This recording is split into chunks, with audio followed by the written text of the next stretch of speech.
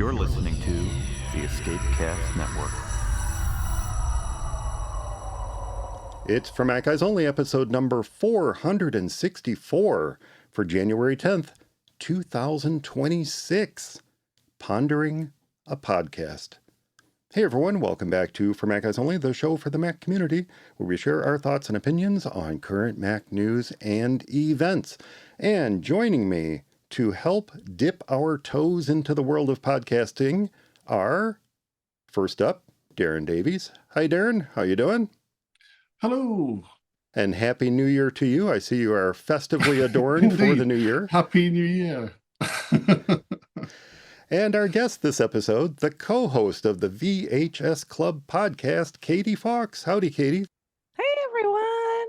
Happy New Year. Remember, we do normally record For Mac Guys Only live on YouTube the second and fourth Saturday of the month. And if you would like to come hang out, ask questions, and be part of our live studio audience, be sure to subscribe to the show at youtube.com/FMEOTV. Well, it has been a while since we've tackled this topic. I believe the last time we talked about podcasting was back in 2019. And in fact, we did that show with Dave Ginsburg of In Touch with iOS, and we talked about how you might get started in podcasting 7 years ago. But it is a question that I think anyone who hosts a podcast gets asked a lot. And that question is, should I start a podcast too? And the follow-up question is, what do I really need to get started? Now, I can't help but think about what I had when I started my first podcast, which was called Coffee House to Go. I started that back in 2005, and I think I pretty much started out the same way that Elvis described his earliest days. He always said that he started with a guitar, a shaky leg, another guitar, and another shaky leg. Now, in my case, I didn't have a guitar, but I did have a Sony Vaio laptop, a Plantronics headset, and Audacity. Now, not much has changed when I started For Mac Guys Only a year later, other than that Sony Vaio. And if I am being honest, other than more microphone and audio interface changes than I care to mention or care to count how much I spent on, not much has changed in the years since, even leading up to 2026. In fact, I still use that Plantronics headset when I'm editing the show because I love the way it sounds. Or maybe I'm just used to it. But the biggest change came about when very early on in my podcasting career, I began inviting folks to contribute to the show and then later slide into that co-hosting seat, because those changes meant that I needed to figure out not only how to talk to these folks, but how to get their side of the conversation recorded as well. And that is when I migrated from simply recording into Audacity to gathering folks together via Skype and using this fantastic little app called Call Recorder from Ecamm. And while I may not have changed much in the years since I started, the technology that people use to record a podcast has changed. And as time has marched on, I've actually adopted some of that technology to record the show that you're listening to right now, like what we're doing now. Rather than hide the recording process, back in 2022, Eric and I decided to change things up dramatically by live streaming the behind-the-scenes process that our listeners never got to be part of before. But more important than the equipment, and we'll dance around the equipment and the software a bit without getting too deep into the weeds, but more important than the equipment, I would say hands down, the single most important thing to creating a podcast is to have something to say, and preferably something that you're passionate about. It can be opinion, it can be news, it can be instructional, or it could be storytelling. But if you have something to say, something to share, I guarantee that there will be an audience out there who wants to listen to you. And probably to your great surprise, I know it was to my great surprise the first time it started happening, once you get started, these same folks are going to want to share their experiences with you too. Now, all that said, I invited Katie to join us because Katie and her co-host Natalie started up their podcast, the VHS Club, much more recently. And I imagine that their approach to getting it off the ground was quite a bit different than mine. So, Katie, I want to throw this over to you. Why did you start your podcast, and why should others think about starting up a podcast? That's a great question.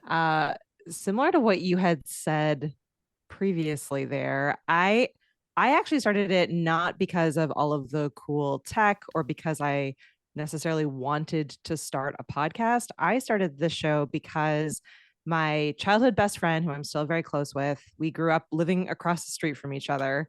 We were, I think, in second or third grade when we initially met. And we have an entire history and friendship and childhood built around the idea of running back and forth to each other's houses and having these movie nights. And now we live in different countries. We're far apart. And you know, as you become an adult and you have lives of your own, it becomes harder and harder to connect with the people that matter most. And so for us, we started just getting on these video calls first. Actually, I will admit, so we first started in just text messages back and forth because I hated the idea of being on even a phone call or certainly a video call, even with my best friend alone, not public at all. I hated that feeling. But we would have these calls where we would sit and watch movies together and just get that same experience of being able to, you know, react to stuff happening at the same time, laugh together, cry together, have a movie experience together. And so as I started getting into the world of live streaming and video technology and podcasting because of my job at Ecamm, I was in this space where I was like, you know what, I could do this. I could have this show where it's now not just Nat and I, but opens it up so that the rest of our friends can participate as well when they're able to, or when they want to catch up with us, or when they want to have the same kinds of feelings that I was having. So our show has always been friendship based and community based, in this idea that we miss that feeling of just being able to run next door, to be together, to laugh together, to have a shared experience. And so the new format of podcasting that we'll talk about a little bit today really is very empowering in being able to digitally and virtually create that feeling with people that now are close friends, but started off as just random people that discovered the show, which is still surreal to me, honestly. So it's been an incredible experience, and I'm so glad that I had the courage or audacity, I guess, to actually do it, because it was just a crazy idea. Like, why, you know, maybe someone else might care, which is really audacious to think about. But if I can do it, there is a space for anyone. Again, if you have an idea and you have something that you're passionate about, or something you know you can talk about, it doesn't work as well the other way around. And I even have moments of that myself where I'm like, oh, I know I should record a video. And then you sort of sit there, even with all the tech, even with everything, going, what do I say? How do I say it? What do I want to do? Oh, yeah. It's like a blank sheet of paper for writers, isn't it? You get writer's block. Yeah. What do I do now? What do I do now? Yeah. Exactly. I'm really intrigued by the way your podcast came about, because very early on I guess it was for Mac Guys Only. Very early on, and for Mac Guys Only, one of the contributors to the show was my childhood best friend since kindergarten. And he contributed for a couple of years before, you know, life gets in the way and you're like, I don't really want to do this anymore. But it was reaching out to friends and reaching out to folks that you know to see if they would like to contribute and be part of this new thing that you're starting. And in your case, it turned into something pretty darn great, actually. Yeah, it's been a lot of fun. Yeah. I'm never at a shortage of finding.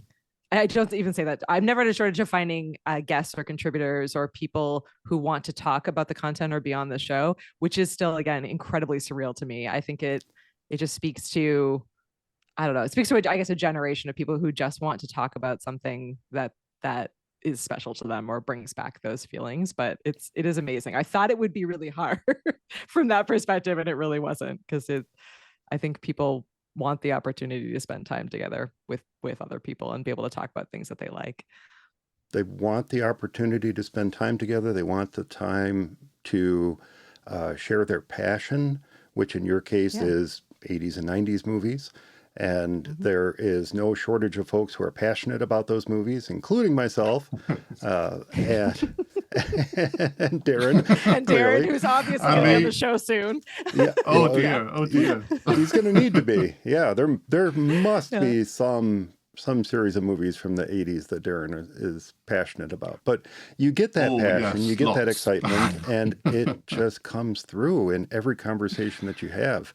I liken it to kind of a virtual book club. You know, my wife is in a book virtual club. Movie club. And every month she gets together with her friends and they talk about whatever book they've been reading, and they do it via Zoom and sometimes via eCam if I can convince my wife to give it a try. And they have a blast, because sometimes the books they pick don't interest everybody in the group, but when they do get the opportunity to find a title that everybody has something that they want to contribute, the conversation just flows. And I know it's been a good conversation, because instead of that hour-long conversation that they say they're going to have, she comes back down 2 hours later instead. I think it's wonderful when you come out of the cinema with your friends and you all have that discussion after the film, and you have a chat about it, and you think, what did this mean to me, and stuff like that. So it's like having a show like that is fantastic, because it's a modern representation of what we used to do with friends in person, coming out of the cinema and having a good old chat about what we just watched. Yeah, exactly. I never realized what a magic there was in that. I don't think. I mean, it's still shocking to me. But I definitely we don't get to go to the movie theater as often as we used to, and we don't, even now we'll do family movie nights, right? But it's not quite the same. And I think you're right. Like, there is something in a shared experience, in a community experience, that I don't think any of us realize how much we have been missing that. So it is interesting. It's been a cool learning experience and a surprising part of the process. I'm not surprised it's popular, because everyone loves movies, but it's like it does make you long for the days of Blockbuster or the local video store, because you would go in there and very often you'd be browsing the shelves, and somebody you've never met before in your life comes up and says, that's a really good movie. You should rent Rosencrantz and Guildenstern Are Dead. Yeah. You should check that out. And then you get home and you plop it in the VHS player. You plop it in there, and at the end of the movie, you're like, dang, that was good. And that's something that we miss with streaming. Mm-hmm. But we get with something like your podcast, we get that community back again that we no longer have. Yeah. Fantastic. So speaking of starting up a podcast, I have a fictional example here. I have a very good friend that I believe should start a podcast about his hometown. Oh, no. Yeah. It's actually a town with deep historical roots that go all the way back to Roman times. And he absolutely loves this town. Everything. He loves everything about where he lives, to the point where he's always sharing photos, he's sharing descriptions, he's sharing food that he's eating at any given time, and so on. But he's been a little reluctant to do it. And I think maybe in a sense, it goes back to what you said earlier, Katie, that you were a bit reluctant about putting yourself on camera. And so maybe he's a bit reluctant to put himself out there. What advice would you give this fictional person, this fictional person who may or may not be part of the three of us sitting here? What advice would you give him to get started? Oh my gosh, I want to hear about your town. What town? I'm piqued. My interest is piqued. I purposely didn't share the name of the town because I don't know if he wants it shared. But no, that's fair. That is fair. There's no, I wish I had great advice for this. I get asked this question a lot. Like, how do you build up camera confidence? How do you get more comfortable in this space? There's really not a good way to do it other than pushing yourself to just do it, which is in itself terrifying. So for me, what made a big difference was I made a decision that I was committed to do it. In my case, getting on camera in general was tied to my job. I really wanted the job. I really wanted to be part of that experience. I knew it would be good for me and important for me. So I knew that in the back of my head, and I was able to give myself accountability partners to push me to just get started. What made it easier once I had started was putting some people into a live chat. So I will say live streaming made it a bit easier, even though that sounds completely counterproductive. And the second part, and the reason why, is that it allowed for people to be sitting in the chat and I could see their comments coming back through. So it felt like I wasn't alone. And it felt like a conversation. So as they were submitting comments back and they were like, oh my gosh, that was a great point, or, oh, that was so valuable, I really learned a lot from that, or they'd ask questions, or they would like point out things in the background, or tell me that like, they're like, oh, I'm so glad you showed up today. You look great. Everything, like all of these human aspects of it made me feel better and got the pressure off of me and reminded me that I was doing it for a reason. I was doing it because it was something I was passionate about. I was doing it because I wanted to help people. I wanted to educate people. And so then it got easier and easier. And then I found that the people that were showing up for me and that were in those chats and in those moments with me in real life or in email or in other ways were reaching out to me and saying like, actually it's super, like, we just love that you've been really vulnerable with the experience. We love hearing that it makes you nervous, or we love hearing that, something didn't go perfectly well, like you said something wrong and then you looked, shocked, and then you apologized for it, because it made it feel less scary for them, and they also wanted to get into the space. So I guess in short, like, everyone is scared of it, and it is scary when you are first doing it. But the important thing to remember is that no one is judging you as hard as you're judging yourself. And right now we're in this like really incredible time. I'm so excited for this year in particular, because I feel like we have this huge wave of technology, of AI, of robots, of automations, of all this non-human stuff that's out there.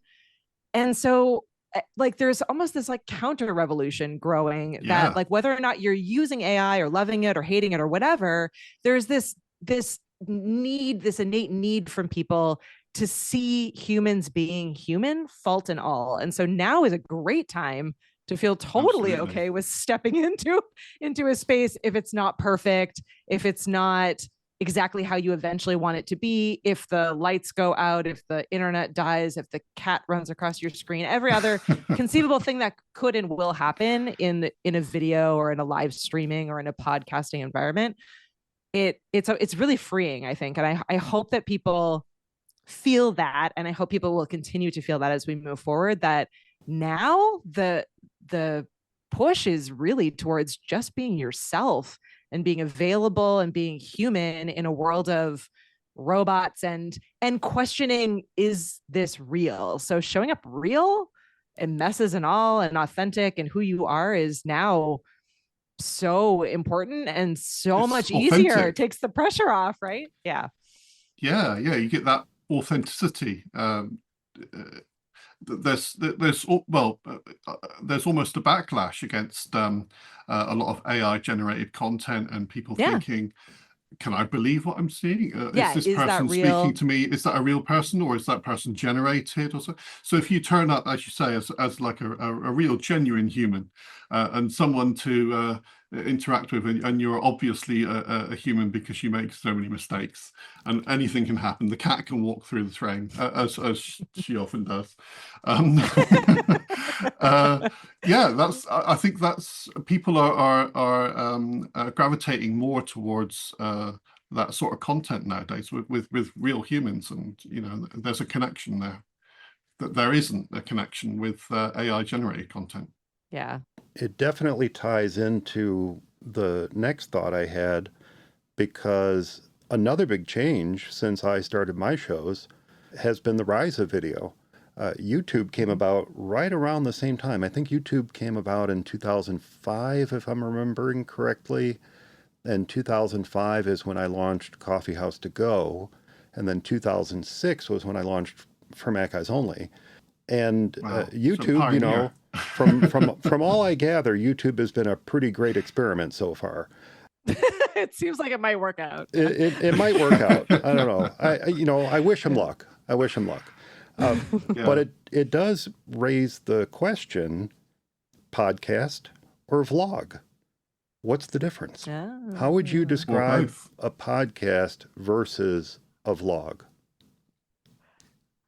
So I'm in a really weird headspace with all of this topic right now. So it's got an interesting history, and my really good friend and colleague and co-host on another podcast I do, Doc Rock, shout out to him. He has helped me a lot kind of process a lot of this terminology, because I feel, and hot take / maybe I'm entirely wrong, but I feel like the words don't actually matter. We're all fighting over the words right now. Mm-hmm. We're all fighting over, is it a podcast? Is it a live stream? Is it a video? Is it a whatever? Is it a thing?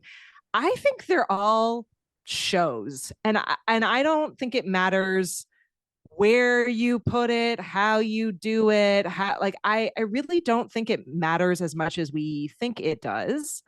And I think the pushback and the reason why people are talking about it is that it's an inflection point. It's a really, really big change, right? So it's people processing what that change is. But I am willing to bet, I will predict in the future that it's not going to be relevant or a fight anymore. If you it's been an interesting history. If you go back and kind of take a look at, the history of radio and television and podcast and video, those spaces are now real blurry in a big gray blob in the middle. And there is a fight going on. You have streaming services, you have traditional media, you have, podcasting, YouTube, live streaming. There are people and creators in all of these spaces, and it's all starting to kind of come into the same spaces and places. And so I don't think it matters. I think the content is what matters. So if it's you want to call it a vlog because you're telling your story and people are coming on a journey with you, great. You could technically, according to the terminology, you could take the audio, strip that out of it, put it into an RSS feed and send it out. And that would then be a podcast. Mm-hmm. But it would also be a vlog if you're it's just the audio from the same show. Yeah. Right. It was always described a little bit more awkwardly, let's say 10 years ago, when we referred to video podcasts. Right. We had podcasts, but then suddenly we had people who were recording video as well, and they wanted to put it out through iTunes, and now it became a video podcast, and it just became really awkward in terms of how to find and how to listen to that show, whatever that show might be. And then YouTube came about, and those types of video podcasts started to migrate over to YouTube and other platforms. And I guess it's interesting you position it as a fight, because I haven't thought of it as a fight. It was more just a semantic thing. I was curious, do we call it a podcast? Do we call it a vlog? Or are we doing both? Am I creating a vlog right now while recording the podcast? I don't know. Yeah. I don't think so. Who knows? But to me, podcasts, and it's probably because of my age, but to me, podcasts have always been more audio focused, and vlogs have been more video focused, or perhaps more storytelling versus informational or observational or things like that. Although, some of my favorite, what I would call vlogs, are strictly observational. Very often the person is not even on camera. They're walking you through some scenario, whether it's a town they're visiting or an attraction. I watch a lot of Disney vlogs. So, maybe it's a new attraction that's opening, or the construction that's going on at Walt Disney World right now, or what have you. So it's interesting to position it. I would never position it as a fight, but I always thought a podcast is more audio. You're also so nice. compared to- Well, you're so much nicer than a lot. I say it is a fight because I think I've spent now the last few years attending a lot of these podcasting conferences and events across the country. And there you get the fights. It does get a little bit contentious, and I think it is because it's got a history. And so I'm sure for the people I have many friends who have been podcasting for 20 plus years and have a history in a defined space that they had to fight hard for. Like the people who started in podcasting had to explain what a podcast was to people. Yeah, we did. As you said, like you all had to, have this, you had to help people figure out where to consume the content. There was a very cumbersome process in getting the content created and getting it out into the space. So it is really, so I understand that I would call it a bit of a fight. And I think the reason why I would call it that is because I can imagine that the people who have been in that space, someone like me, who's just like, wow, I just opened up a YouTube channel and I just drag and drop my video feed into the pod. They're like, what the heck? Like, that's awful that you could just do that. So I'm like, that's not really a podcast, right? Like that's a live show. That's a video. That's, you're phoning in the podcast part of it. And I think maybe I am to some extent, but I think that the shift in the technology and the movement between all of those spaces is going to change the terminology and is going to change the game. So I think it's a little bit contentious. I think it is a little bit of a fight at the moment. I get why on both sides of it. But I think we're in a really great space where now it's, my friends at Zoom keep calling it's like the democratization of media and of broadcast. We have an opportunity where anyone can be in this space, and that's great. And the accessibility of people to be able to find content is unparalleled right now as well. So I get it. I think they are different things, but I don't think they're going to be different things for very long. I think it's just going to be shows. Yeah, it used to be a bit tricky back in the day. You might have had to have written your own XML code to upload your RSS feed back in the day by hand in a text editor. None of that nonsense exists now. I'm going to skip ahead for a moment because this ties into something I wrote all this down. I couldn't believe I used to do this, but I wrote down about, I wanted to talk about distribution a little bit. And in thinking about distribution, I went back to what I used to have to do with Coffee House to Go and for Mac Guys Only very early on. We had to seek out podcast directories. And I wrote down all the podcast directories that I was part of, which was Podcast Alley, Podnova, Odeo, Podcast Fusion, Pod Planet, and yes, one of my favorites, Podcast Pickle. And then we had amazing champions of podcasting like Adam Curry's Pod Show, which later became Mevio. Famous. And none of these, by the way, exist any longer. At least to my knowledge, none of these exist any longer. I tried pulling up Podcast Pickle. I tried pulling up Podnova and Podcast Alley. All gone. Mevio, gone. All of these are gone. I'm amazed that I'm still here. But we also formed, and this is something that still happens to this day. We also formed our own little cross-promotional groups of like-minded podcasters, where we not only brought each other on to each other's shows as guests, but we also used the tools at our disposal to bring attention to the shows of our friends. And that was one way that we built our audience. And that type of thing is still very prevalent and a fantastic way to promote the shows of your friends on YouTube and other channels, to bring them on as guests. Absolutely. And Absolutely. bring their audience along with them. And, you know, I did belong to a few. I'm just going to give it, again, no longer exists anymore, but I'm going to give a shout out to Disembodied Voices, because that was one of the groups that did the most to help get the Rings a word bell. out about my shows back then. Ah, nice. So while we're talking about it, what platforms for distribution did you consider for the VHS Club? So the VHS Club is a YouTube first podcast. So I will say I think about it as two different processes with the same content. So it's built initially on YouTube. We live stream similar to what we're doing right now. We live stream the show to YouTube, and then that episode is automatically added into a YouTube podcast playlist. So it's checking the box as being a YouTube live show, recorded video, and podcast, and then that process is done.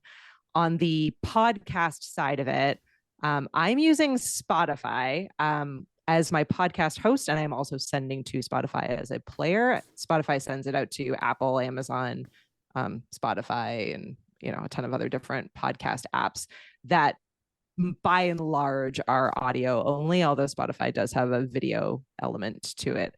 I chose Spotify almost. So in many cases, the VHS Club I know people will look at me. The VHS Club is a personal project for me, but it's also a little bit of a test. So I work in a space where everything is set up for me. I mean, I set up a lot of it, but everything is, I have access to the best possible tools. I know the best possible people. I have a budget. I have all of these different things. Whereas with the VHS Club, I really wanted to be able to be a creator myself so that I could better understand some of the challenges that my customers and my friends and my colleagues were going through. So I chose Spotify because it wasn't Captivate or Libsyn, which I know better, and I have good friends there, and they are paid platforms paid hosts that offer a lot more tools and services, etc. Spotify was the free one that I knew a lot of people who were just starting out were also going to be looking towards. So I chose it intentionally just so I would be able to have a background in all of the different kinds of podcast host tools. I have to say, I am glad I chose it, which again, maybe that's a controversial take as well. But I was having a conversation last night with a good friend of mine, who is currently, his podcast is hosted on Captivate, which again is a great service, but he is trying to get more into video. He has had an audio only podcast for a long time, and now he wants to add video in. He's invested, he's got the right gear, and he's got the YouTube channel set up, he's ready to go. And so I was walking through the process with him, and it became immediately apparent that this is actually going to be really complicated for you, because Captivate is not a video first podcast host. You cannot send a video feed there. They do not send the video feed out. So the answer for him actually might be to switch over to Spotify, because it, as much as it's not great to have a free tool that's using you as the product, there is a benefit to the fact that Spotify is competing with YouTube right now and does easily take a video feed, send it out everywhere, and save a bunch of time and energy and money, I guess, down the long run. Yeah, saves quite a lot of work, doesn't it? Yeah, it's just an extra step in the workflow, right? So it's doable. It's not that it's not doable, but again, it's still not a perfect system because YouTube doesn't function in RSS. Podcast hosts are still sending an RSS feed out to all the podcast players, and no one entirely knows what to do yet with video. So you basically are creating two different tracks to be able to check all of the boxes, which is fine. I do think it will get easier as we go forward. And we're starting to see, even Spotify is talking deals with Netflix, and you have you have kind of traditional media streaming, they're all coming together to try to figure out who can own the world. But in the act of doing that, they are making it easier for all of us as creators and as people who want to be able to get content out to our audiences and to build communities and build space in these places.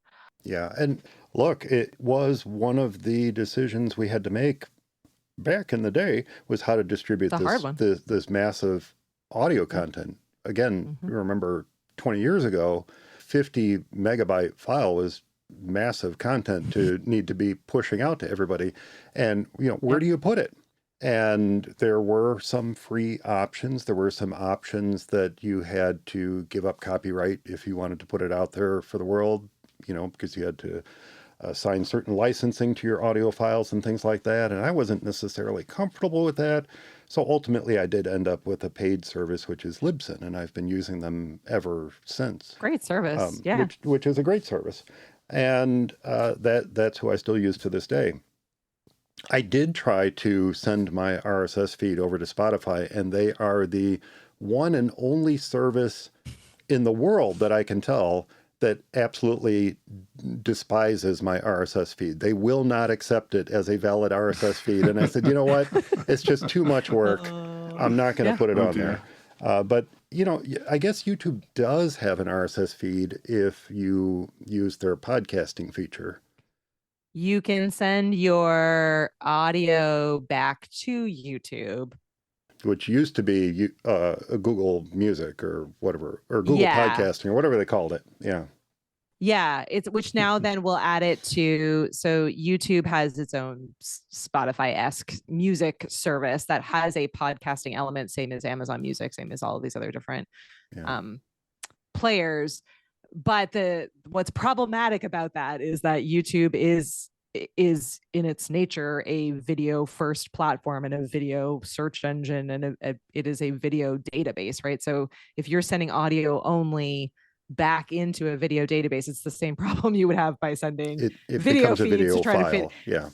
It becomes the video file that then is not interesting for someone who is looking for video to be discovering on that platform. So I don't know if you're necessarily doing yourself any service using I don't think that so. feature. Yeah, I let YouTube grab my RSS feed, but I keep it all private. So it's there. People can subscribe to it if they want to, but I don't like those. I don't like those audio video files intermixing with the other video that I put out on YouTube. So I keep them all private. Yeah. I want to go back for one second. Okay, so we jumped ahead to distribution, lots of distribution points, and the way they work these days is so different than they used to work. Where we used to have to go to all these different podcast directories and make sure that we upload our feed to them, and then people had to go to that podcast directory and subscribe. Now you go to one. Like you go to Spotify, and Spotify takes care of giving it to Apple. Spotify takes care of giving it to Amazon, I think. Spotify takes care of giving it to all these different distribution points, so you don't have to think about it. And that is the beauty of working with somebody like Libsyn or Spotify or Blueberry or any of these any of these other services out there. You pay them a fee, you pay them a monthly fee, but gosh, they take care of everything so much easier than it used to be. Yeah. Going back just for a second, I wanted to mention something that occurred to me as we were talking about podcast versus vlog. If we're going to be purely definitional about it, and I was an English major, so I can make up words. If I have a license. I have a license to make up words. It's called my bachelor's degree in English. Me too, by the way. So I'm right there with you. I know. So we can make up words as a matter of course. So to be purely definitional about it, I'm going to say podcasts are audio focused first. And then in terms of the creator side of things, they have a lower cost of entry in general. If we're looking at how I started with a simple headset and a Sony Vaio computer and Audacity, you can record a very high quality podcast, get it out to your distribution points, and get it into people's hands or ears relatively easily, versus video where you have to worry about lighting and you have to worry about the camera that you're using and you have to worry about audio and you have to worry about all these different things combined. I think the cost of entry is lower to start podcasting versus vlogging. But that's neither here nor there. It's really what you want to do. Do you want to provide that more engaging, immersive experience through video, or do you want to build a relationship with your audience through your voice only, much like radio does. But the one thought I had was that as I thought about the difference between the two, video requires your attention. It requires your focus. It requires you to take your brain and put all your attention on that video that you're watching, or you just don't get it. You have to watch the video in order to absorb the content of the video. So I feel that podcasts, because by my definition of a moment ago, are more audio focused, I kind of feel like they help us slow down a bit. And because it's spoken word versus video, it allows our brains to focus a bit more, even when we're not, or even when we are doing something else while listening. Whereas video, being a more demanding platform, asks for our attention, it steals our ability to focus. And platforms like YouTube and TikTok, they bounce us from video to video all the time. There isn't a break in between them. Unless you take that break, unless you force that break, unless you say, don't jump to the next video, which by default you do. But unless you tell it, I don't want to do that, you're just constantly bouncing from topic to topic to topic to topic. And, let's be honest, it's so that they make sure they don't lose the eyeballs and the ad revenue. But yeah, I don't know. What do you think about that? Is the idea that podcasts can help us slow down a valid one? Okay, you said a bunch of different things. I'm gonna I know, and then maybe I should go back There's a and lot to repeat it unpack all. there. There's a lot to unpack. I want to unpack. So I actually will say that I think 5 years ago, maybe even 3 years ago, I would have 100% agreed with you. I actually am much more of an audio podcast consumer. So I am the person that, like, for exactly the reasons that you said, I am the person that wants to put them in my ears. Or I used to have to drive a ton for work and for everything on road trips and all that stuff. So for me, a podcast experience was being separated from all of the distractions, focused in on the content itself. My life isn't as much that anymore. I have a different level of flexibility. And I feel like also how I consume a lot of content has changed a lot. So I think you're right. On my phone, when I'm like scrolling through a TikTok or a YouTube Shorts or whatever, or Instagram, etc., it is that kind of like bingy doom scrolling kind of feeling that leaves me feeling awful, right? But I also feel, and maybe this is just because you're really selling it. You're really selling it. The doom scrolling makes you feel awful feeling that you get from watching your TikTok. Yeah. Doom scrolling does make me feel awful, and I will die on that hill. But shows, whether they are podcasts or YouTube vlogs, if you want to call them that, more like similar to what I'm doing, have actually almost taken me these days back into this kind of like childhood state of mind, because they are passively these days on my TV or they're on my phone, but I'm not necessarily actively looking at them, but I can back and forth between the different mediums. So for me, it's like, okay, in my day, I start the day, I'm making coffee, I'm getting the kids off to school. Maybe I'm listening to a show that is video. So it's like playing video on my phone, but I'm listening to it in my ears. The kids leave, I throw that up onto the TV. It's playing in the background while I'm working. I'm still consuming the content. I'm connected with it. But it's not the same as that bingy doom scrolling feeling. And I think that it almost likens me to like when I was a kid growing up. My mom, who worked from home, she was a cake decorator, and she was constantly like baking things and decorating things. She always had like TV on in the background, and she used to say it was for the dog or it was for the cat, it was for the animals. But I think it was just because it felt like someone was in the room with you, and she would come and sit and like watch stuff for a bit, but she would leave. She was listening and consuming the content, but in a more passive way. And I feel like I do think, at least for me, and I get that maybe this is a consumption habit that's not for everyone. Now that YouTube exists on TVs and the watch numbers are going through the roof there, it's almost in many cases like now people are consuming it in different ways. Like you might start a show audio, only and be engaging with it there. You might catch clips of that as you're doom scrolling on TikTok or Instagram, and that might be a reminder that you want to catch the entire episode. Maybe you put that up on your TV in the evening. I think the way we're consuming it is a little bit more passive in certain instances and more focused in others as we're able to get through the content.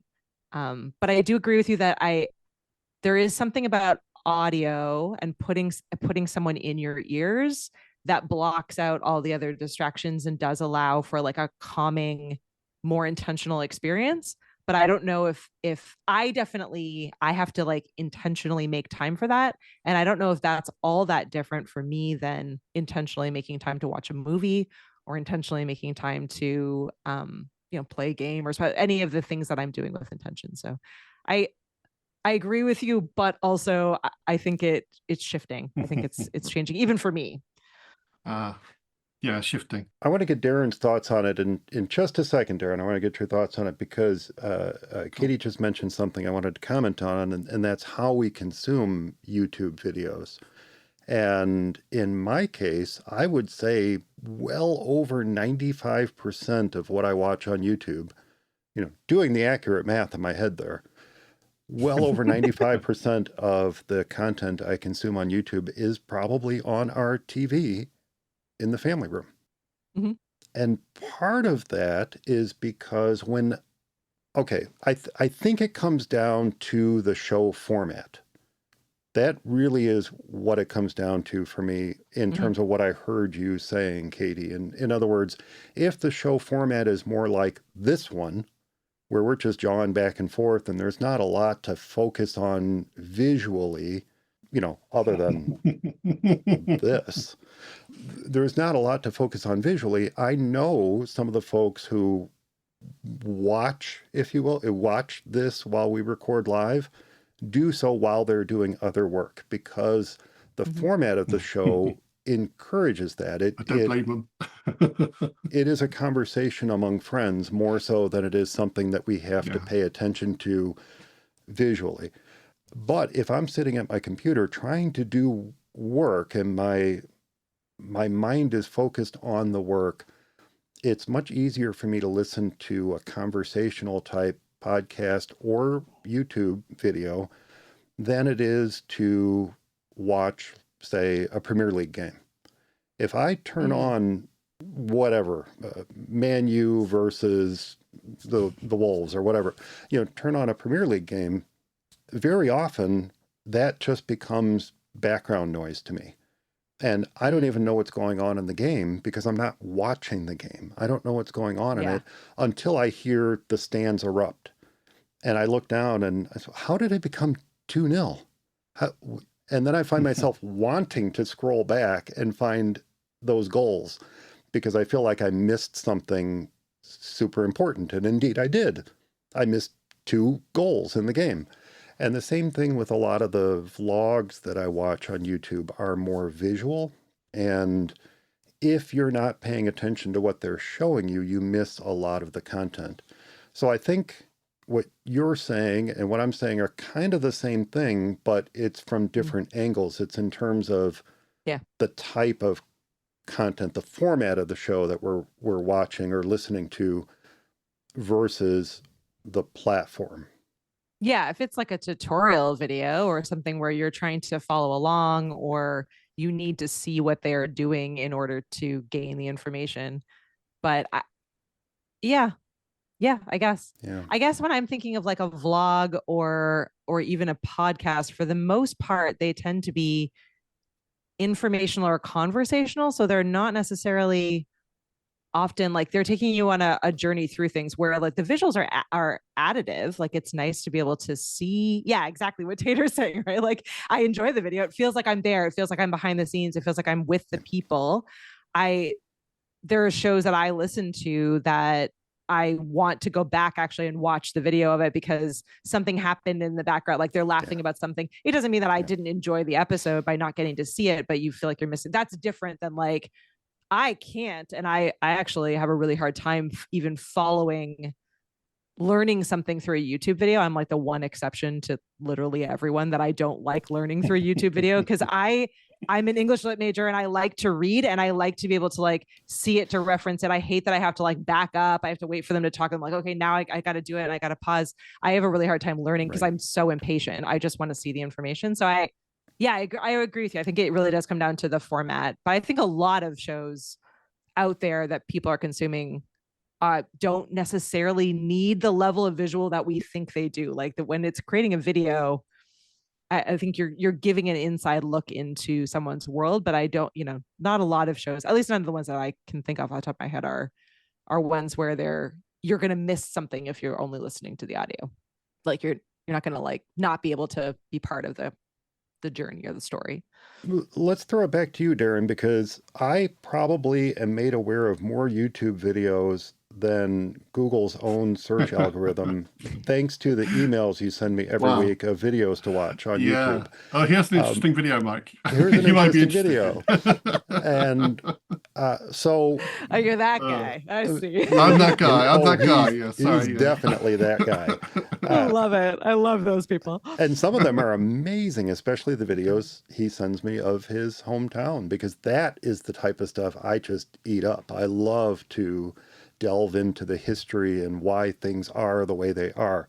But obviously, and you've confessed this, Darren, you watch a lot of YouTube. I am sadly addicted to YouTube, yes. How do you consume it? Do you consider what you are watching to be podcasts, vlogs, just content, just media, like you would? Yeah, content, exactly. In fact, very much as Katie said, they're all shows. Some are audio shows, some are video shows, but they're shows. And how you consume them is your choice, and how you interact with that.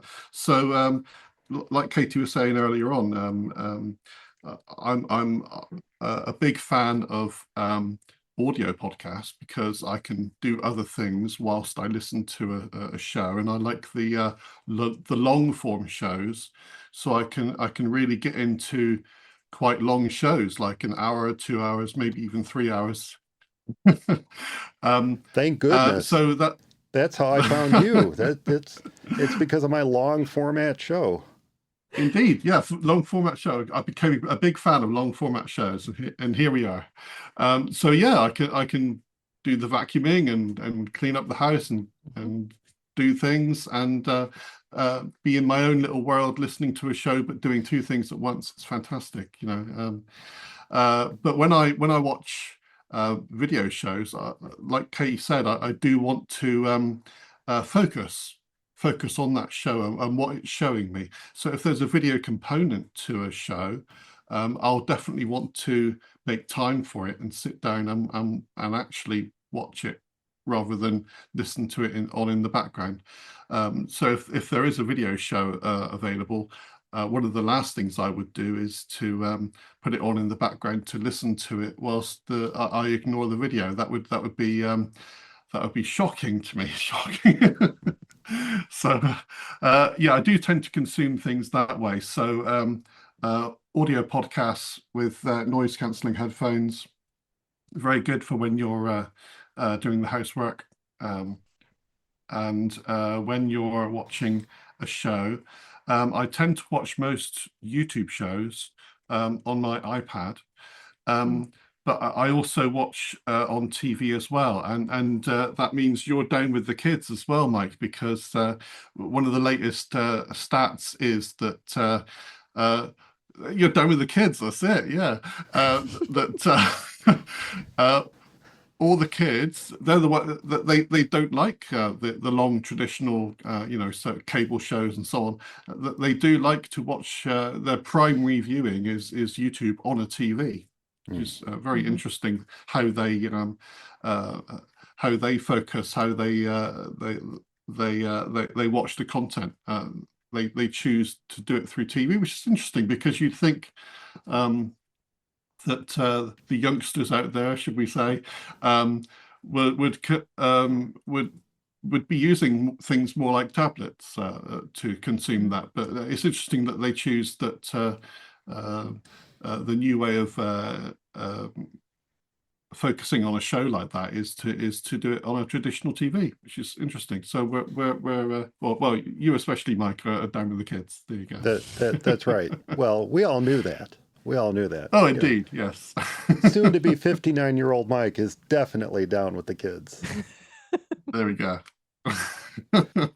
No, that's a very interesting issue that you brought up, though, Darren, is, I mean, in all seriousness, I say this, there is, for good or bad, I think mostly for good, a rather concerted pushback against making everything so technology focused in our lives, to the point where yes. camera manufacturers start making cameras again, like 35 millimeter film cameras. Flip out cameras, yeah. I just read about one. I think it was Kodak, but I'm not sure, just released a brand new 35 millimeter camera. This is amazing to me, and I love it. There's also a big pushback just generally into analog. There's a ton of people now who are buying VCRs and DVD players and are getting older televisions because they want to get out of the binging and scrolling and kind of the endless. I would like to intentionally choose a film, put it in, watch it, be done, move on to something else without the next thing starting, right? I think people do want to focus more on one thing rather than flip from one thing to the other. And one thing I've noticed that's getting more and more popular is the second-hand price of original iPods now. Mm-hmm. People are buying up an iPod because they don't get interrupted with anything. They don't get notifications. All they have on there is their podcast and their music. Yep. That's it. Mm-hmm. So they can take that to the gym and they have no worries about anything else. So they're becoming very popular. So the prices, second-hand prices of iPods back in the day that we all had are increasing quite a lot. So if you've got any old iPods lurking around in the drawer, everyone to the attic. That's it. Go to the attic. I'm not going to put my iPod video up for sale. However, I do have a near mint condition iPod 5. I think it's an iPod 5 at the office. I wish I kept mine. That a client dropped. A client didn't want it anymore. They're like, I don't want this anymore. Do you want it? I'm like, sure. I'll if anything else, I'll put it on display. I have a really nice little museum of old Macs at my office, and so I thought, well, I'll just put it on display at the office. And not long after, because they kept it in a case, as we did, they kept it in a case, so it's in pristine condition. Not long after I read these stories, I'm like, maybe I should be looking at eBay instead. But no, it's on display in my office, and it still works. It's in really nice shape, and I hate to discard old technology like that. And it's one of my we're going to talk about New Year resolutions in the next episode, aren't we? It's a New Year resolution of mine to make better use of old technology, and we'll talk about that more next episode. So, show format. I think a lot of what we've been discussing in the last 5+ minutes or so depends very much on the format of the show. And I wrote down what I thought might be some core podcast types. I mean, when I started out as a solo show in both cases, both Coffee House to Go and For Mac Guys Only started out as just me and a microphone. And that was it. And it was news with a bit of opinion thrown in for good measure. And in the case of For Mac Guys Only, a lot of opinion thrown in for good measure. And it was partly to set myself apart from some of the other shows that were prevalent at the time and followed a very similar trajectory to mine, in that a lot of them were very news focused, and I wanted to do news. I wanted to put that out there, both in the literary world with Coffee House to Go and the technology world with For Mac Guys Only. I wanted to put the news out there, but I also wanted to share my opinions on what was going on in the world of technology or the world of literature. And so I would write these big editorials for the start of my shows, and that was effectively the format that I took for both podcasts at the start until I started bringing on some regular recurring segments from friends of mine, or started bringing in co-hosts where we changed to a more conversational type show. So we've got monologues and we've got conversational or co-hosted type shows, which this show very much is. VHS Club is very much a co-hosted or conversational type show. But then you also have the narrative or the storytelling type show. And then you've got a different type of co-hosted, if you will, type show where it's a panel discussion. And a good example of that would be something like Mac Voices or In Touch with iOS.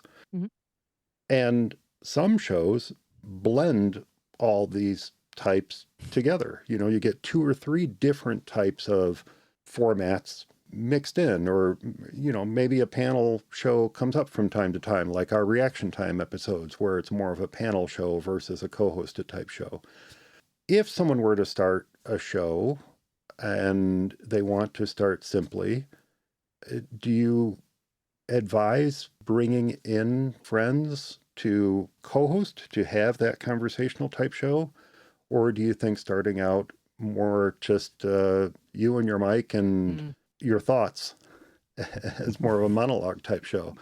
I think it depends on what you mean by simply. So for me, it was way more simple, continues to be much easier for me to do a show with someone else, whether I'm interviewing a guest or I have a co-host with me, because I find it incredibly intimidating to fill the void by myself, to record a video by myself. I mean, maybe it's because I just am not overly drawn to creating like informational news kind of shows. Maybe if I was doing a news show and I had like a recurring topic or like a different topic to talk about each time.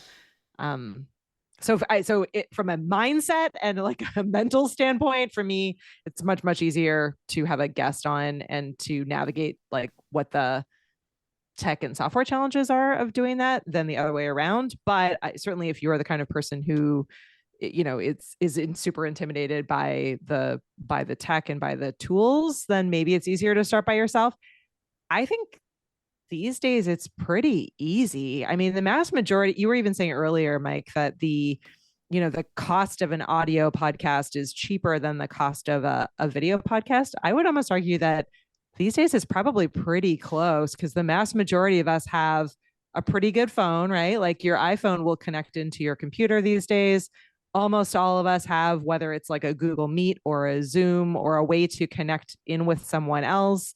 So we actually have ways to create video pretty easily. Once you invest in the microphone, which is certainly the most important part of any kind of audio or video podcast, is having good audio and good quality sound.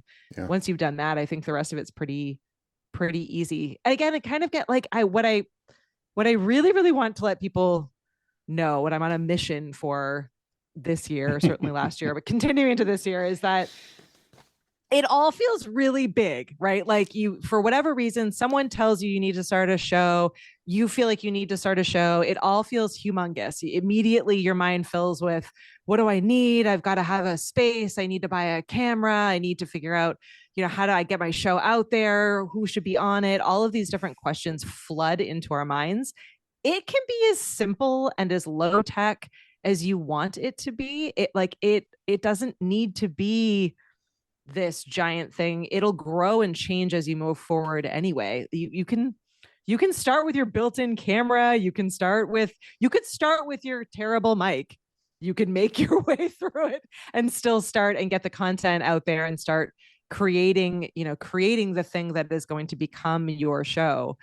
So it's, I don't know. I don't know if the format necessarily makes it easier or harder if there's a simple choice. I think it's what's going to make it, what is the option that's going to make it the most fun for you, and the thing that's going to make it so that you do it consistently, because the more that you do it, the more you're going to get used to all of the stuff, right? Like I didn't know how to use any of this stuff, but if you're committed to it and it's something that's really important to you and it's fun for you and it's interesting and it's what you want to do, whether that's having a friend along or not, you're going to do it more often, and inherently you'll get better at it. So it's, there's no wrong, and it shifts too. What I thought the VHS Club would be, even in like the first couple of episodes, was immediately thrown out the window. I was like, well, I've worked at Blockbuster for like years, so we'll have a segment where we do video store stories, and then we'll have a segment where we talk about the movie, right? Like we'll have all these segments, and then we started the show. And we were like, oh, it feels like weird and unnatural to shift over into like this different segment, and like the conversation was going so well, and the guests were contributing like all of their feedback, that it just felt like it was going to break up the flow to do that. And maybe I'll bring that back, and that'll be just a vertical video that is additive to the show, or maybe, maybe it'll be just at the very end of the show, or maybe there's a way to do it. But I'm just saying, like, everything that's in your mind as what I'm going to do with my show is likely going to shift and change as you build the show anyway. So I would say, yeah, start with what feels fun and approachable and doable to you, and start with something that you think you can be consistent at, because it's going to be bumpy for the first 10 plus episodes until you find your footing and you figure out exactly what works and what your audience wants. There'll be people that will show up that will have different thoughts than you do. And maybe you take them and maybe you don't, but it's you're not by yourself. Once you put it out into the world, it's not entirely yours anymore. It becomes, no, it belongs to the people that are spending time with you. Well, I'm struck by the fact that you think it's only going to be bumpy for 10 episodes, because here we are 20 years in and 464 episodes in, and I think we've hit quite a few bumps this episode alone.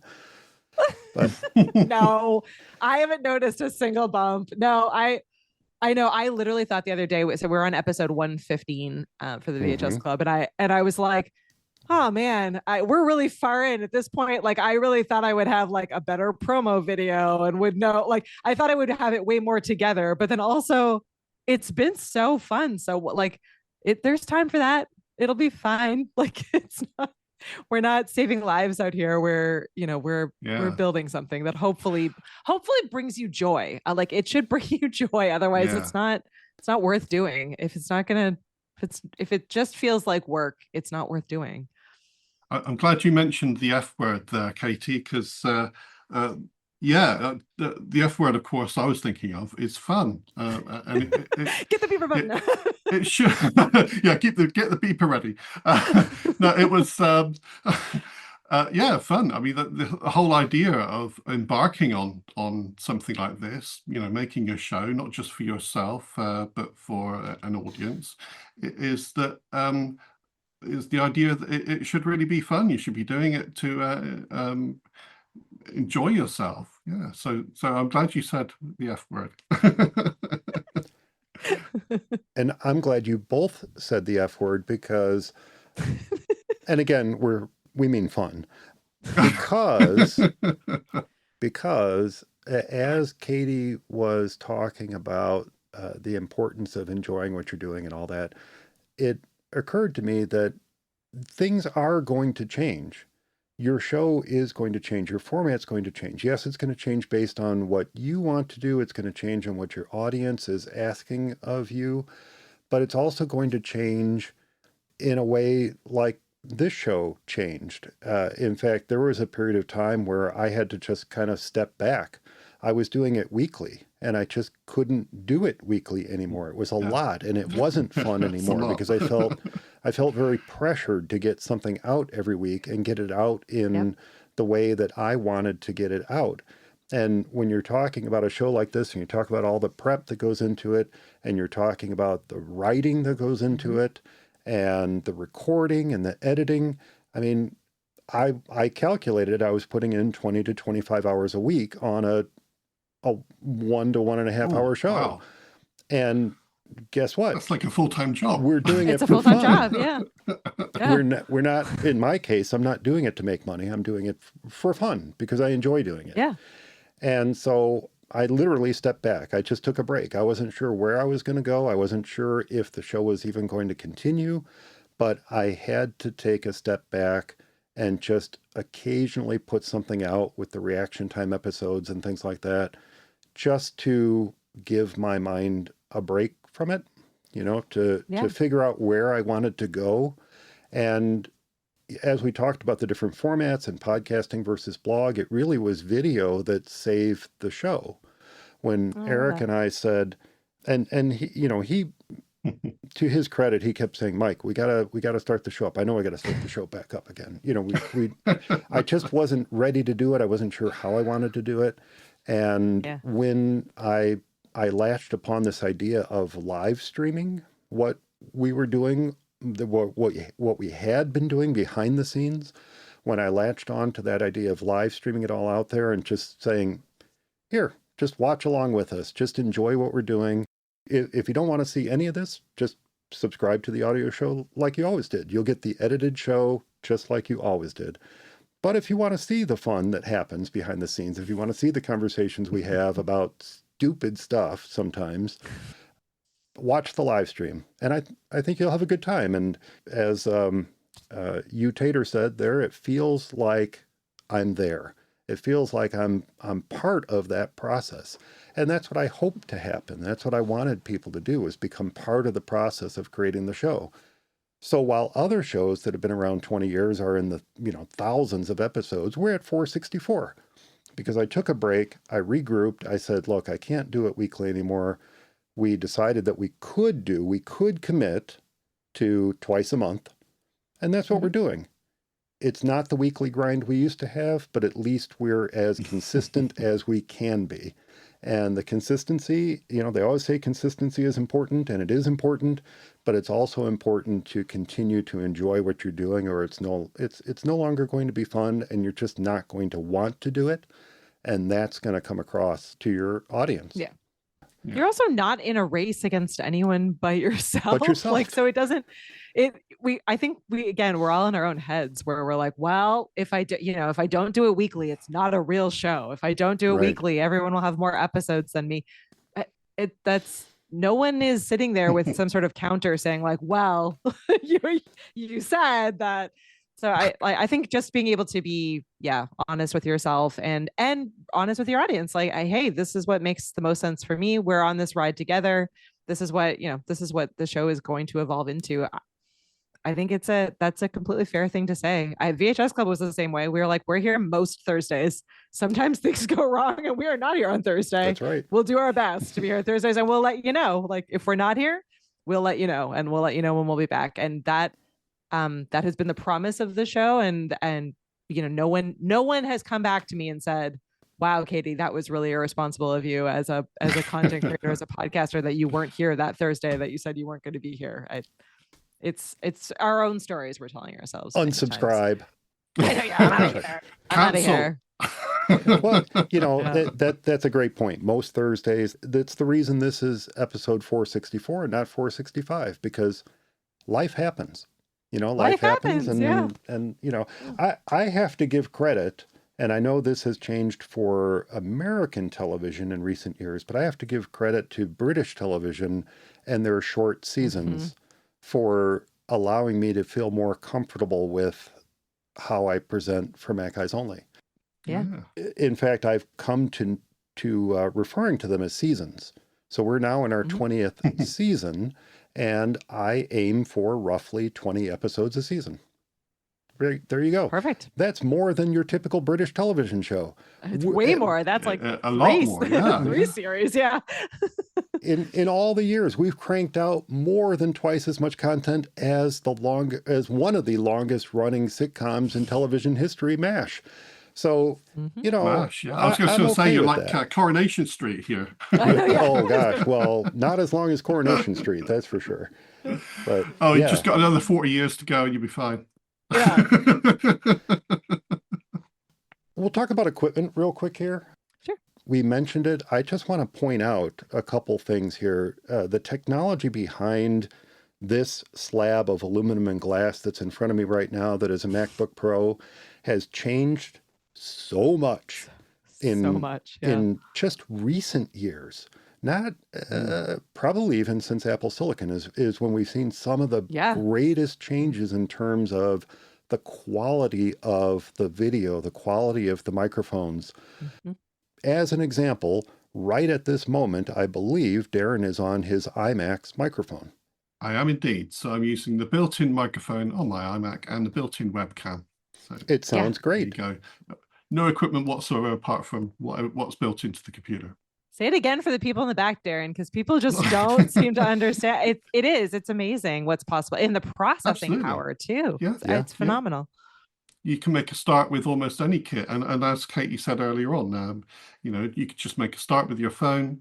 And one of the most important things is the audio. So that's what does put people off, because you can get I think you can get away with a little bit less crisp video, potentially not so hot video. Maybe your lighting's off a little bit, for instance. You'll get to know what to do with lighting later on.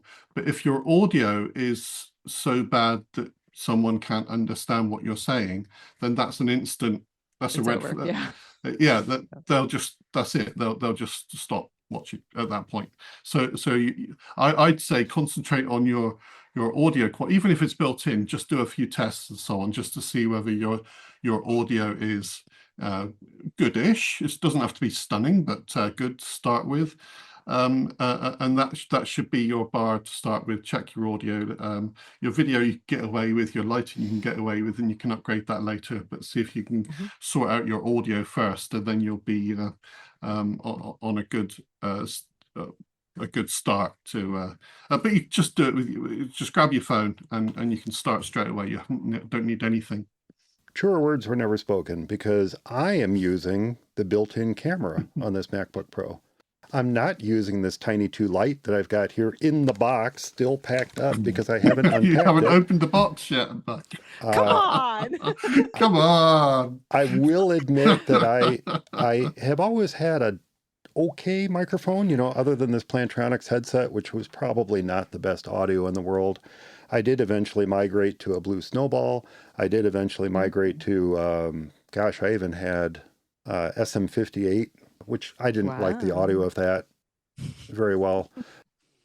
And then I went to an Audio-Technica AT2035. A lot of these were determined by the budget that I had at the time to upgrade my equipment.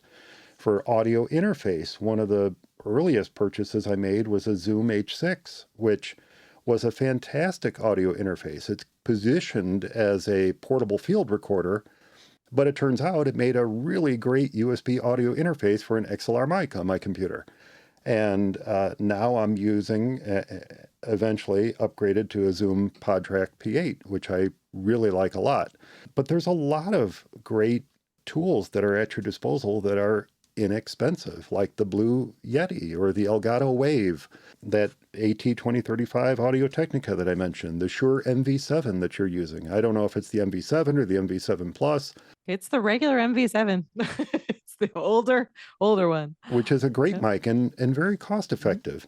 This is a Shure SM7DB that I've got here, which was an open box buy, not a full price purchase. But, that is something I worked towards. That is something that took me 17 years to get to before I said, I'm ready to upgrade my equipment. I'm going to keep at this thing. I'm going to keep at it. So I want to invest a little bit more into the equipment. When we moved to video, I got these Keylight Airs that I have on either side of me, because the light in this room just wasn't good enough. So you can start simply and then slowly build up your base of equipment to get to the point that you want to be, to get to the point that you're comfortable with. Yeah, I don't think you have to wait until you've got the perfect kit. No, not at all. You're just putting it off then. You just got to stop. You got to jump in the deep end. There's always going to be something cheaper and better and newer and whatever else that's going to come out anyway. On the horizon, So just start with what you have. It's amazing to me, again, to give Doc more credit and to make his head even bigger than it already is after years in the industry. But when I first met him, one of the most, I think, profound things that he had said, and again, I don't come from a background in radio or TV at all. He does, is that this used to cost, that what we're doing right now, this production used to cost millions of dollars in a studio with people with years and years and years of experience. And so someone like me would never be able to do this. So it's like, start there and realize that from there, it's gotten, to being thousands of dollars, and then it got to be hundreds of dollars, and now it's like, fairly, you could start with something as simple as we were just saying, like built into your computer already. You can start and record just on your phone. And while you're doing that, the prices are getting cheaper and cheaper, and the quality is getting better and better, and the items are getting smaller, and people are selling their older equipment that's still completely fine. So there's lots Yeah. of options out there for you to do all kinds of stuff. The camera I'm on right now, I downgraded to this camera, and it is an $89 camera. It's a 1080p $89 web camera. It is the Meet. It's the cheaper of the Meets, the Meet SE, and I love it, even though I have access, both personally and professionally, to the ones. I think I have the Tiny 2 sitting just off the side. I don't like the PTZ because I'm generally sitting at my desk, and then I inevitably move my hand and it zooms in, and Right. it's unnecessary for what I'm trying to do. So Yeah. complicating it just because it seems cool and makes you feel cool isn't worth it. Like, buy the equipment that works for what you're actually trying to create. Ideally, it's multi-purpose. It helps you, in a couple of different ways for different kinds of content you're trying to create. But Yeah. it's way easier, and less is more, because when a cable goes out, like, understanding what the gear is and how it works is the most important part, instead of having the biggest best studio, because the biggest best studio, when you don't know how it works, is not great at all. Yeah, you need to know where your Stream Deck buttons are and what they do. Yeah, exactly. I was going to actually quickly mention, Mike, sorry, before you jump in there. Go ahead. I was quickly going to mention that there is one other type of video podcast that we haven't touched on, which is also quite popular and quite an easy thing to get into, which is recording the screen of what you're demonstrating and doing a screencast Screencast. with your so all you have to deal with is the audio.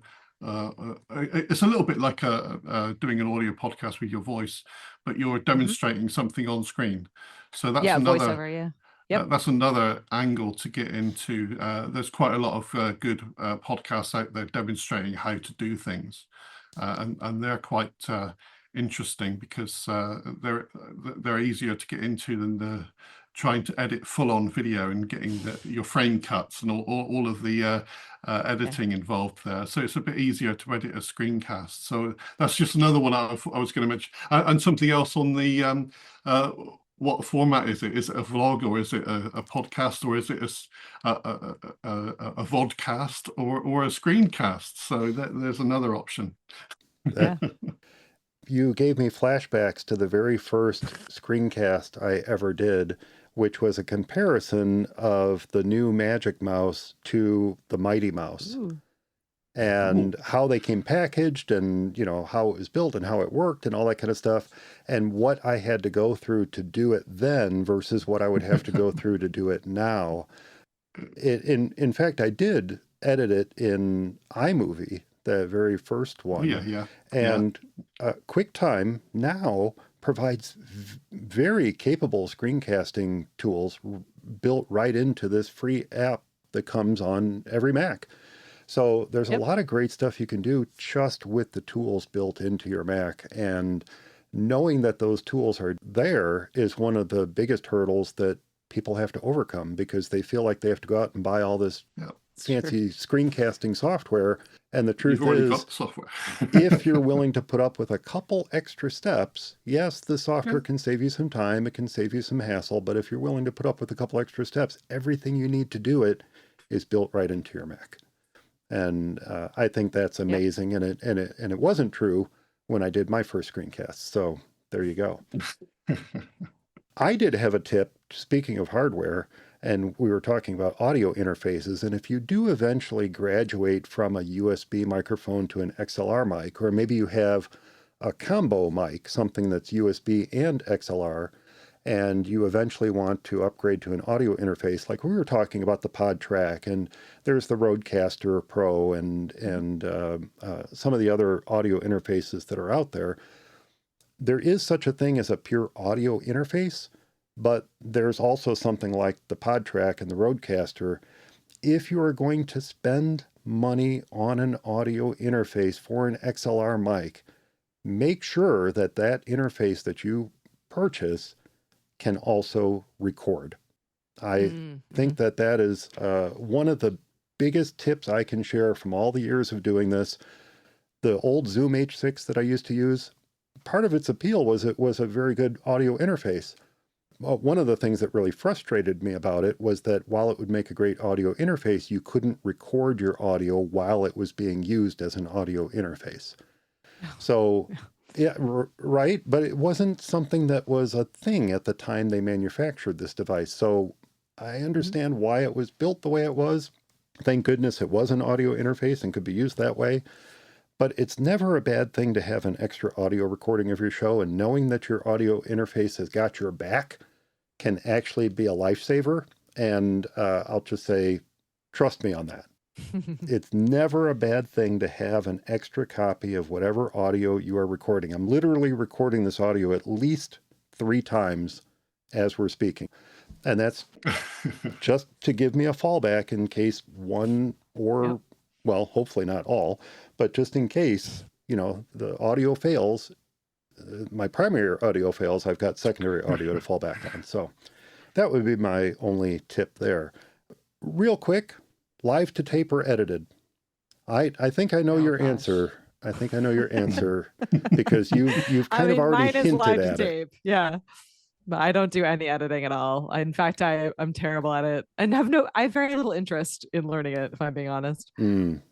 But if you were to do this alleged podcast, Darren, actually what I want you to do, I want you to do a vlog. I want you to grab one of those DJI Pocket 3s. Yeah. Have a drone follow me around. Yeah. No. This is the handheld Pocket 3 with the stabilizer on it. Oh my God. I want you to get one of those things and walk around your hometown and start up a YouTube channel. Yeah, exactly. And take us along with you on all these amazing things you tell me about all the time. That's what I want you to do. Wow. That's your challenge for 2026 is to start up that vlog on YouTube. Wow. That's what I want you to do. That sounds like that requires quite a lot of effort as well. And in a situation like that, you would be talking about some editing because you're going to be shooting B-roll. Yeah. You're going to be shooting indeed footage, and you're going to make gaffes and you're going to edit it down. And it's going to turn out to be a nice 10, 15-minute walking tour of these Roman ruins. Well, sometimes the unexpected things are quite fun. There was a video that I sent you, I think, that included a manic squirrel attack. Oh, the squirrel attack, yes. The squirrel attack, yeah, that was fantastic. So they left that in, of course. For Katie and anyone who's watching this, so what happened was there was the video, what was happening in the foreground, but in the background was this poor gentleman on a bench. I think he was on a bench by the water or something, and a squirrel came out of the tree and started attacking him. And that's it. Jumped from the tree onto his head and then started to try to dismember him. This was all happening in the background of this video. Oh, I loved it. It was brilliant. Yeah. Well, needless to say, I edit.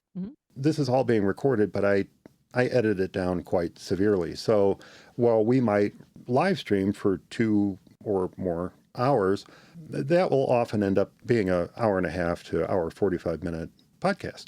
So there's a lot of editing involved. There's a lot of time spent editing. The time spent editing audio is not quite as long as the time spent editing video. If you were to do that, video editing is quite difficult. It's quite time consuming. But editing audio is not quite so bad, especially when you start to recognize your ums and ahs and pauses and where you can cut out a few seconds here and there. It gets to be kind of a habit. So I do definitely edit for the audio podcast, but there's no editing done at all for the live stream. Cool. Website, email, social. How important are traditional communication channels these days if you're going to start up a podcast? Oh my gosh. The most important, I think, is email. Having an email list and having a way to an owned channel to be able to reach your audience, because the social platforms are shifting, and the, even the ability to connect with them through YouTube, all of that is just outside of your control. Yeah. I think a website is great, but it's a little less it's harder to communicate with folks through a website than it is through an email list. So for my priority at the throughout last year and certainly going into this year is to just really grow that email list and make sure that folks know Cool. how they can connect with me and how often we will be connecting with them to be able to let them know about updates to the show, cool things that we're doing, and get their feedback on how we can make it better. I like that. Starting up an email list it seems so old-fashioned, and yet it's one of the best ways to communicate a decent amount of information with people. And you're right. When you are trying to use a platform like Facebook or YouTube or Zitter or any of these others, you have zero control over. Yeah. You might have control over this short period of time, but that can change very quickly based on the whims of that company that is controlling your means of output to your audience. So being in full control over the tools and platforms that you use to disseminate information to the folks who want to know about your content is super important. Let's see. Gosh, anything else that we want to talk about in terms of starting up a podcast in 2026? I think we covered, I mean, most of it. I'm trying to think if there's, the one thing I cannot drive home enough is that it feels much bigger and more confusing than it is, but everyone that is involved in it to any level is there to answer questions or to be a guiding point towards what you could work towards. Or what's been great for me, I think, is just the ability to these days connect with people on a way that we've never been able to before. So I am always around to answer questions or to tell people how I'm doing, what I'm doing, or to work through things together. But it's not to say it's not work, but it's not nearly as hard or as stressful or as complicated as it seems as an outsider looking in. So it's a really cool opportunity. And again, like, incredible that any of us have the ability to do this. Still just staggering to me that we can say, I want to be able to create this, like, literally, like, fairly close to, certainly radio quality, almost pretty close to TV broadcast quality shows these days. And yet, anyone can do that with a vision, not a crazy budget, and a little bit of a drive to make a difference or to reach people.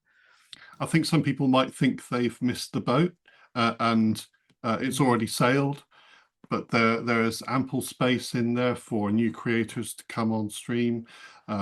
Older creators might, you never know, they might just give up after a while. It happens, and then new creators come into and they're not necessarily filling the void, but it's not too late. It's not like that boat has already sailed. There's no point in me starting a podcast now.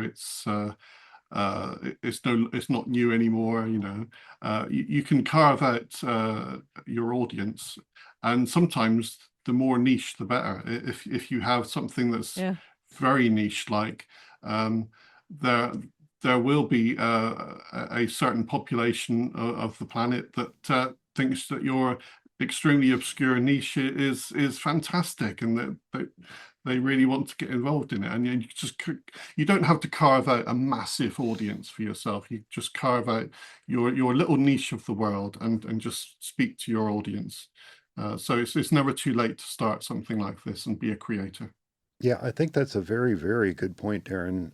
Well, both are excellent points. I mean, one, just get started. Just get started. You have an idea, turn on that microphone and start talking, and just see what happens. You may surprise yourself. I often surprise myself when I go back to edit the show and say, wow, what I said there actually was kind of intelligent, maybe. Wow, but you worry about it when you say it. You're always very, as Katie pointed out, you're always very self-conscious of what you yourself are doing. But when you go back and listen to it with a bit of disconnect between who you are and who you're listening to, you can surprise yourself. Yeah. Did I really say that? Wow, I sounded really clever. I know. It actually sounded like I knew what I was talking about. And then to Darren's point, unlike radio and unlike television, no matter what you want to say about cable and streaming and its capacity to do so, the capacity for content in both podcasting and vlogging is literally infinite. Mhm. Well, yeah. There is no limit. You know, radio has only so many hours per day that they can fit DJs in to talk about stuff, to talk about news, to talk about what's going on in the community, whatever. There's only 24 hours in the day. There is a limit. There's a limit to the amount of television content that can be put out on the airwaves, but there is no limit to the amount of content that you can create when it comes to podcasting and video. So yeah, absolutely. You have an idea, go out and try it. No matter what it is, just try it. Just do it. Now, I know this was just a grand overview of how to get started in podcasting, but I really, really hope it at least sparked the imagination of at least one of you out there to pick up a mic and start recording. So, are you thinking of starting a podcast? If so, what is your passion? Be sure to leave your thoughts and links to your show, if you have them, in the comments of this week's show notes found at formacisonly.com. Well, Katie, I kind of warned you. I didn't give you a lot of warning, but I kind of warned you a little bit that every episode, for a while now, we used to do an Essential Apps episode once a year. And we would talk about the apps that we felt every Mac user should have installed on their Macs. And then we'd talk about why they were important to us and why they should be important to the users. Well, after we did our last Essential Apps episode, we said, we have so many essential apps, we should be doing this every episode. And so every episode, Darren or I or Eric come up with what we think is an essential app and that people would enjoy having on their Macs. And when we have a guest on, we often ask that guest to come up with their own essential app. So you kind of floated an idea that was intriguing to me because it is not an app that anyone really needs to go out and install. In fact, it's an app that ships with every single darn Mac that comes out of Cupertino. Would you like to share your essential app with us? Yeah, I am absolutely loving the Notes app, and I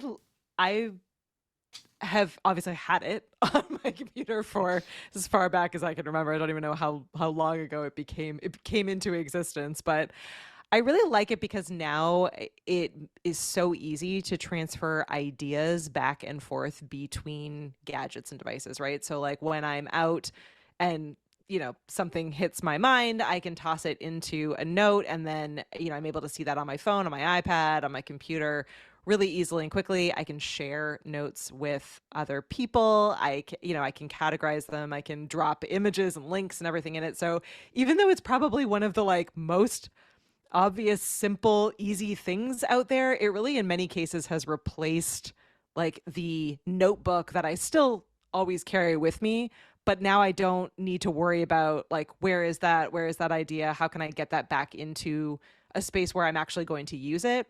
Notes is just with me all the time because I always have at least one of those devices with me or nearby enough to be able to grab it. So I really, really like it. I think it's something that I think for a while I was almost embarrassed to use it because it was one of those things where oh, okay, well, I should be using a better piece of software, something more organized to get my ideas down. And a friend of mine, Kat Mulvihill, she really put it in a great context for me where it was no, they if that's the tool that you are going to for your ideation and to get the ideas out of your head and the thoughts out of your head into a space where you can take them and work on them, great, build that into your system. So now it's my central hub of whatever I'm thinking or whatever I hear or whatever, however is coming to me goes out to me into notes and then gets put out into the right place to be able to take action on, from a grocery list to the list of feature requests for Ecamm to everything in between.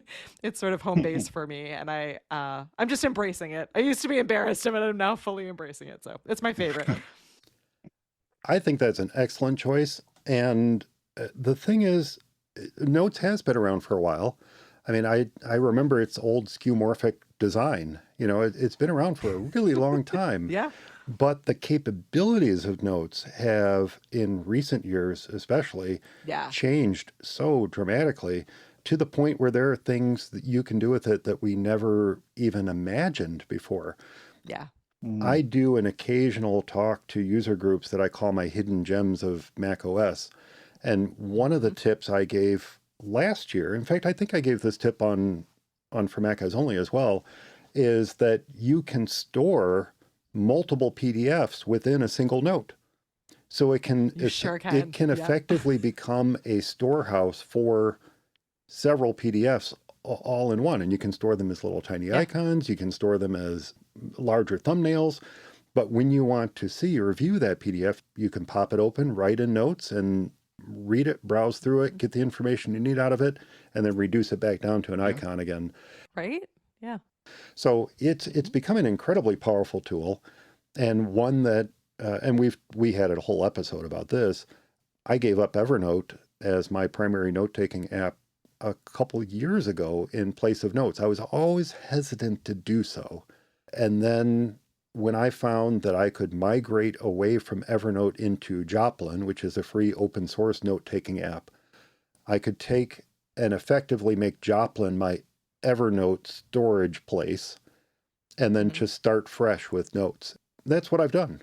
So Notes is now my go-to place to store not only things like PDFs, as I talked about, but also show notes for Mac OS Only are kept in there, as well as links to news stories that we want to talk about and things like that. And when you share a link from your browser into Notes, it creates a nice little thumbnail and gives you the title and gives you the ability to open it and all that kind of stuff that we just didn't have that functionality before. And I think that's a fantastic choice and something that I feel not enough people take advantage of. Yeah. There's so many tools built into the Mac. We talked about QuickTime earlier. We talked about some of the other tools that are built into the Mac, and Notes is one of them that I think not enough people recognize the value in it that's there. So great pick. Thanks. Well, that's going to do it for this episode of For Mac OS Only. I hope everyone enjoyed it. Remember, I do love to get your letters. So if you have any comments about the show, a tip to share, a software or hardware problem with your Mac, you can leave your favorites in the comments of this week's show notes found at formacisonly.com, or you can drop me a line, mike@formacisonly.com. And do be sure to subscribe to the show's YouTube channel at youtube.com/FMEOTV and click that little notification bell so you can find out when we are going live. You can join the chat room and you can catch all the behind the scenes stuff that doesn't make the final cut of the show. Hey, Katie, what's the best way for folks to get a hold of you? Well, you can find Nat and I at the VHSclubpod.com. Join our email list by putting /email at the end of that. And you can catch us most Thursday nights live at 9 p.m. Eastern on YouTube, or listen and watch wherever you'd like. And you know what? I think we would be remiss not to mention your other place that folks can find you, because it is very important to the show. Ecamm has been very important to this show for more years than I can count, whether it was Call Recorder or now Ecamm Live. Would you please tell folks a little bit about that too? Absolutely. So if you haven't heard of Ecamm and you're wondering what the heck that word means, Ecamm Live is a Mac app that you install on your computer that allows you to live stream, multi-stream, record videos, and create incredible virtual presentations in tools like Meet and Zoom and beyond. So if you're looking to jump into video, Ecamm makes it really, really easy. And it's what I'm using now. It's what I use all the time for any kind of video that I touch, and what many folks like Mike and Darren and beyond are using to power their podcasts and power their live streams and all of the cool content people are creating. Awesome. Thanks so much. And if anyone is interested in a trial of the software, they can get that from ecamm.com, right? Ecamm.com. Absolutely. 2-week free trial, no credit card required. And then we have an absolutely incredible community I should shout out. So we call them the Ecamm fam. It's completely free to join, even if you're Ecamm curious and you're not ready to try the trial yet.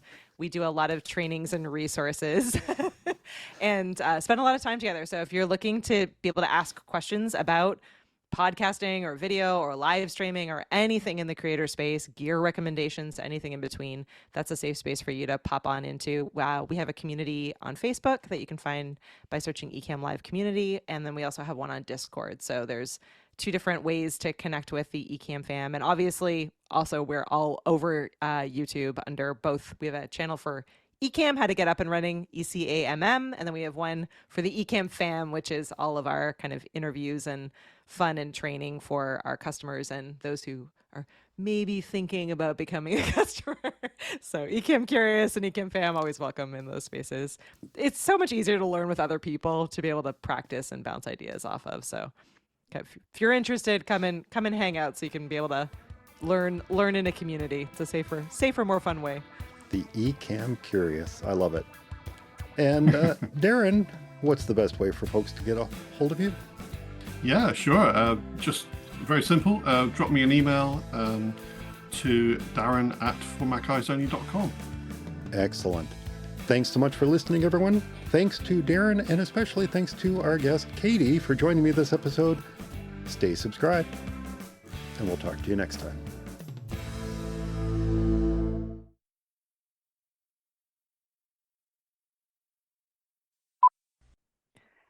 I don't